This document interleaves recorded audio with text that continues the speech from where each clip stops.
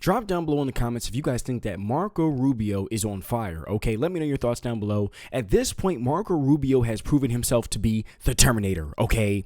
And we're going to break this entire thing down. It gets pretty crazy here in this episode, and I just want to say before we get into it, shout out to the King Squad, smash like button, hit subscribe. It's great to see you guys. I hope everybody's having a great and awesome day, and I hope you had a great summer if it was summer for you. I know like, at the time of this recording, like Australia, I don't know if it's winter time for you guys, or I don't know what the UK is going through, but to all of our awesome Americans and patriots, okay, yes, I hope everybody had a great summer, and that's that. All right, it's like Marco Rubio just makes George Stephanopoulos, stupid awfulness Stephanopoulos look stupid. It's like he just makes him look completely like an idiot. It's pretty crazy. Okay, smash the like button, hit subscribe. Thank you for all donations, and let's get right into this video. Let's go. All right. Morning. Has there been any contact with President Zelensky since Friday?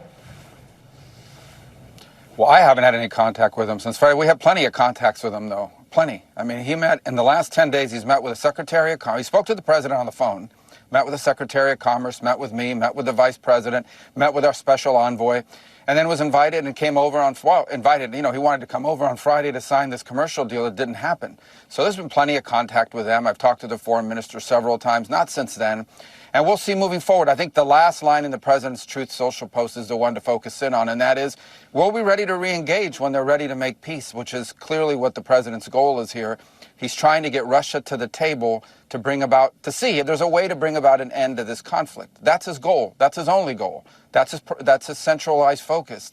And, hopefully we'll get to a point where that's possible. The British Prime Minister said this morning that the United Kingdom and France are working on a peace plan with Ukraine to present to the U.S. Do you know where things stand with that plan? No, I mean, I've talked to both of the foreign ministers of France and the UK yesterday, and I explained to them sort of the events leading up to what you saw on Friday. Look, I think what's really important here is to understand the dynamic. The president is basically saying there's this horrible war. It's been going on for 3 years. It is a bloody stalemate, a meat grinder type war, and he wants it to end. How does it end? It's very simple. The only way it ends is if Vladimir Putin comes to a negotiating table. And right now, President Trump is the only person on earth who has any chance whatsoever of bringing him to a table to see what it is he would be willing to end the war on. Now, maybe their claims or what they want, their demands will be unreasonable. We don't know, but we have to bring him to the table. You're not going to bring him to the table if you're calling him names, if you're being antagonistic. That's just the president's instincts from years and years and years of putting together deals as someone who's in business. And that's the only goal here. Let me just stop you there for 1 second. Why is it a war with no end in sight? Why is it okay to call President Zelensky a dick? Why is it okay to call President Zelensky? I don't like how he just interrupted Marco Rubio. How George Stephanopoulos just interrupted Marco Rubio. I do not appreciate that at all. And it's like they always do that to a Republican guest. I mean, let me know if you guys see that. Okay, drop down below in the comments. Do you guys see when these liberal activist hosts, okay, that pretend to be, liberal activists, not journalists, pretend, it's like every time they have a Republican guest, they have to interrupt them and get them to just be quiet and silence the truth. Do you guys see that? Is it just me? Let me know your thoughts down below. A dictator, but not, as you say, call Vladimir Putin names. Listen, we've spent 3 years calling Vladimir Putin names. That's not the point now. The point that we're at now is we're trying to get the man to a table, the Russians. And I've said from the very beginning, maybe they don't want a deal either. We don't know. But we haven't talked to them in 3 years. But maybe they do. The point is, do we want to make... I would ask everybody this. If there are no negotiations, what is the alternative? Another 4 years of war, another 3 years of war, in which the United States and Europe continues to pour billions of dollars into a war in Ukraine? Is that the alternative?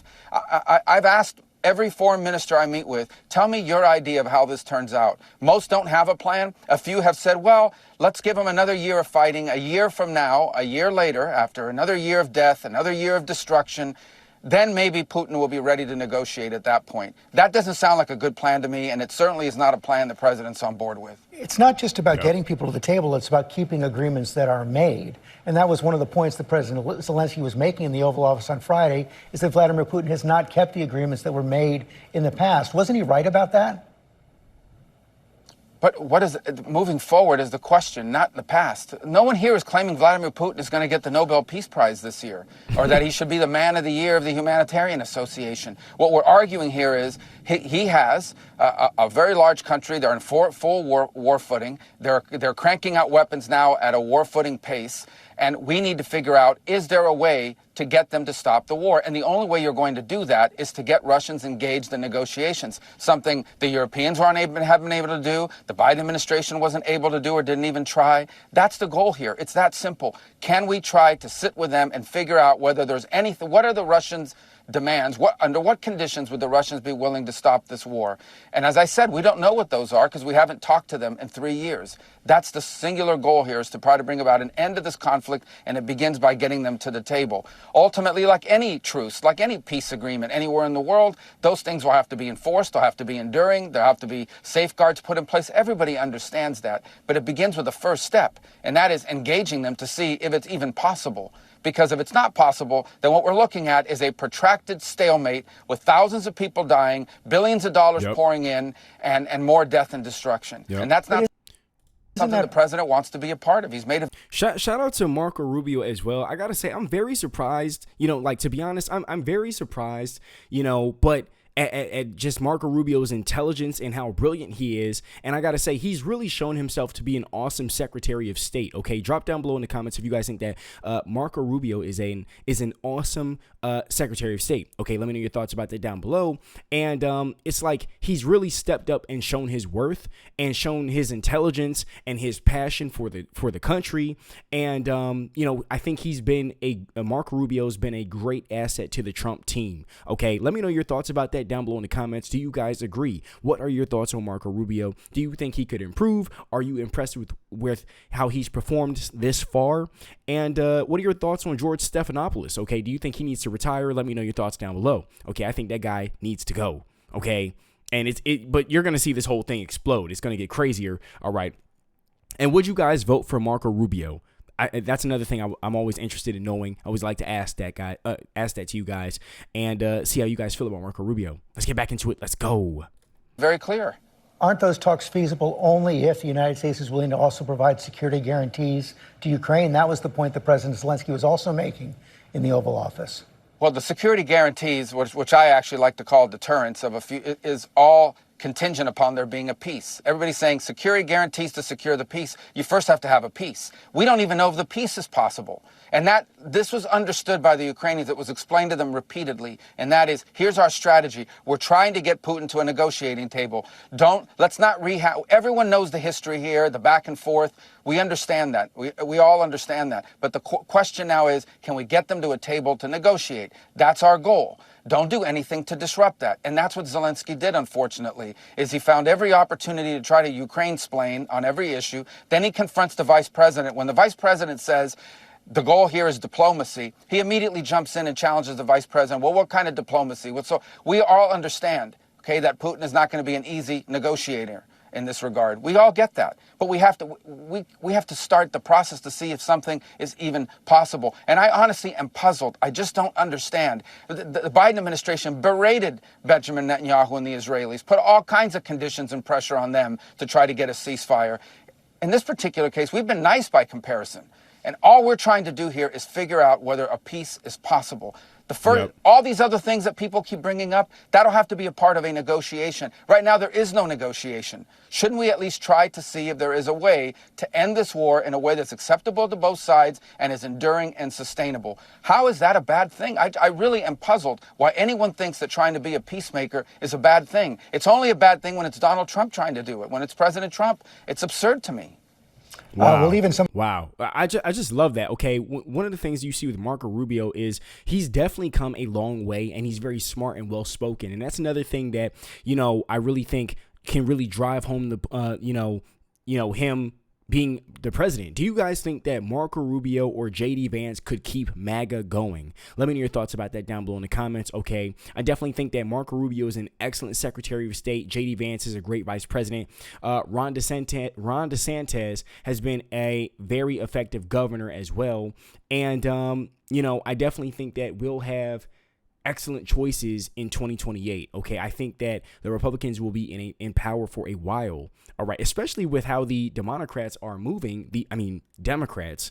Okay, the Decepticonocrats, the Deceptocrats, the Demon Rats, the Democrats. Drop down below in the comments your best Democrat names. Okay.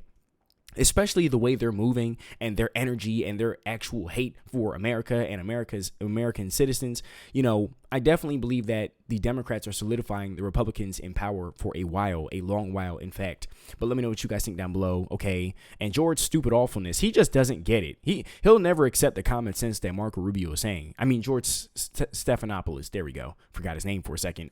Maybe Republican allies are puzzled by the steps that President Trump has taken to placate Vladimir Putin. I want to bring up a post that Lisa Murkowski. Well, which ones? What steps has the president taken to placate? Let me show you what Lisa Are we arming the Murkowski said, Russians? And Are we providing economic assistance to the Russians? Have we given the Russians $180 billion? Please let me ask you the question. This is Lisa Murkowski, and here's what she says. This week started with administration officials refusing to acknowledge that Russia started the war in Ukraine. It ends with a tense and shocking conversation in the Oval Office and whispers from the White House that they may try to end all U.S. support for Ukraine. I know foreign policy is not for the faint of heart, but right now I am sick to my stomach as the administration appears to be walking away from our allies and embracing Putin, a threat to democracy and U.S. values around the world. Those are not my words. That's Senator Lisa Murkowski. What's your response? Well, yeah, we're a free country. People have a right to these opinions. I would just say to you, what have we done to placate the Russians? The only thing we've done is say, are you guys willing to talk about peace? I say the same point. We're not giving them. We haven't given. You voted with North Korea and Russia and you voted with North Korea and Russia and Belarus in the United Nations and against our Western allies. No, let me tell you. All right. So do you know what the United Nations resolution was? I'll tell you if you want to hear what it was. It basically said this has been a horrible war. It's time for it to end. The job of the UN is to bring about peace in the world. I thought that's what the UN was created to do, to stop wars and to prevent them. And that's what the resolution did. Was it antagonistic towards the Russians? No. Back to the point. But it also didn't praise the Russians. All it said is, this is a bad war. It needs to end. And by the way, at the Security Council, which has not been widely reported, the first resolution on Ukraine that has passed the Security Council in 3 years, passed this week because of the leadership of President Trump. And it's a resolution that says, bad war needs to end. Let's bring the two sides together. That's what the resolution is. Again, what is the United Nations for? Isn't it not a forum to promote peace in the world? And shouldn't we all be happy that we have a president who's trying to stop wars and prevent them instead of start them? Exactly. And I just don't get it. I really don't, other than the fact that it's Donald J. Trump. If this was a Democrat that was doing this, everyone would be saying, well, he's on his way to the Nobel Peace Prize. Yep. This is absurd. We are trying to end a war. You cannot end a war unless both sides come to the table, starting with the Russians. And that is the point the president has made. And we have to do whatever we can to try to bring them to the table to see if it's even possible. I'm not promising you it's possible. I'm not telling you it's 90% likely. I'm saying it's 0% likely if we don't get them to a negotiating table. And the sooner everyone grows up around here and figures out that this is a bad war that's heading in a bad direction with death and destruction and all kinds of dangers surrounding it that could spiral into a broader conflict, the sooner people grow up and realize that, I think the more progress we're going to be able to make. But the president's crystal clear. He campaigned on it, and he's going to govern on it. And that is, he is going to be a president that tries to achieve peace, and he has been very clear this is a war that would have never happened had Donald Trump been in the White House, and it needs to end, and we're going to do everything we can to end it in an enduring and sustainable and fair way. Wow, that's powerful. This right here is what makes me say that Marco Rubio is exceptional. Okay. I definitely think that Marco Rubio would make a great president for sure. Okay. Hearing his passion and his knowledge of what's going on and his drive, and then acknowledging, the very thing that we've been saying, which is you got to give President Trump credit for what President Trump has accomplished this far and what he's doing. Okay. This is way more than what Jurassic Joe Biden was doing for his entire 4-year-long nightmare, which he reigned supreme as Biden Palpatine and executed Order 66 over the United States of America. Okay. So it's like, when Marco Rubio speaks this much common sense, I'm kind of like, I almost get kind of like mad, like, oh my gosh, George Stephanopoulos, stupid awfulness. He'll never get it. He'll never understand. Okay. And this is what makes me wonder, who else can't stand George Stephanopoulos? Let me know your thoughts down below. What are your thoughts on George Stephanopoulos? Let me know down below in the comments. Okay. I'm disgusted that he's being blessed with this much common sense from Marco Rubio, and he completely just can't comprehend it. He can't compute. Beep beep. He can't compute. Okay, it does not register in his mind. It's so unfortunate. Okay, it's like, how dare you?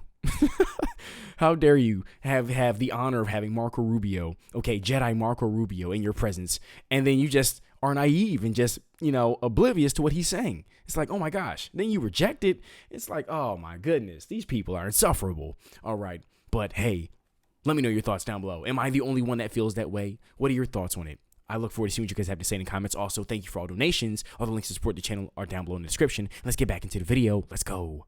You said in your confirmation hearings that Russia will have to make concessions to get a peace deal. What concessions do you expect them to make?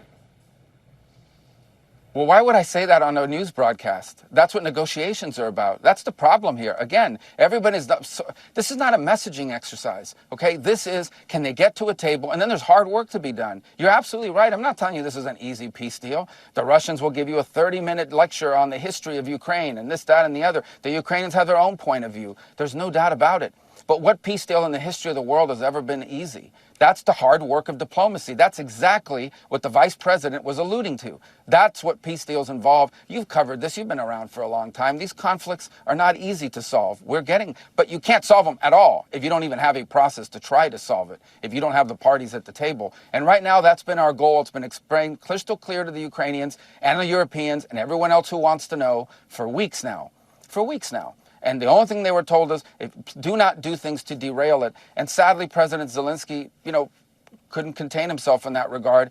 I hope this could all be reset. I hope he comes to the realization that we're actually trying to help his country here before it suffers thousands of more casualties. Yep. 3 million people have already left Ukraine. Are they ever going to be able to come back? He's got Ukrainians being held prisoner, including children on the Russian side. Why is any of this good for anybody? Yep. And the argument that we're going to just keep it going forever, that's absurd. Yeah. So it's time to bring the Russians to the table, if it's even possible, and see if there's a way forward that ends this conflict and makes sure it never happens again. That's our goal. That remains our goal. That's the president's goal. Wow. Powerful stuff there. That's all for this clip, you guys. Shout out to Marco Rubio, okay? And yeah, so disappointing that George Stephanopoulos will never come around to see the light. He'll never come around to see the truth.